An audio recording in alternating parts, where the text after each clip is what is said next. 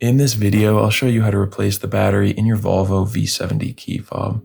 This is a really easy process. You can do it yourself at home. It'll just take a couple minutes. You'll just need a flathead screwdriver and one CR2032 battery. You can get these batteries online. They're pretty cheap. If you're interested, go check out that first link in the description, which will take you over to Amazon where you can find these for a great price. Now to open this device up, we want to flip it over to the back.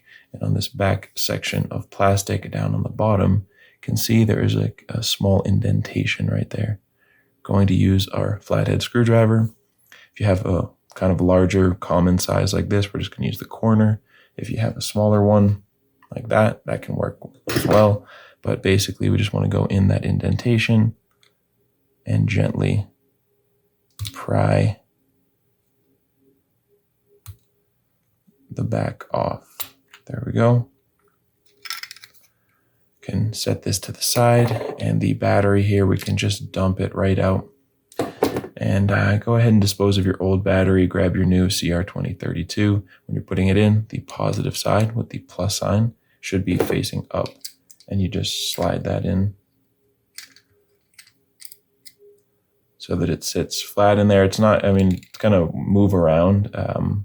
Just make sure that it's sitting flat and it's not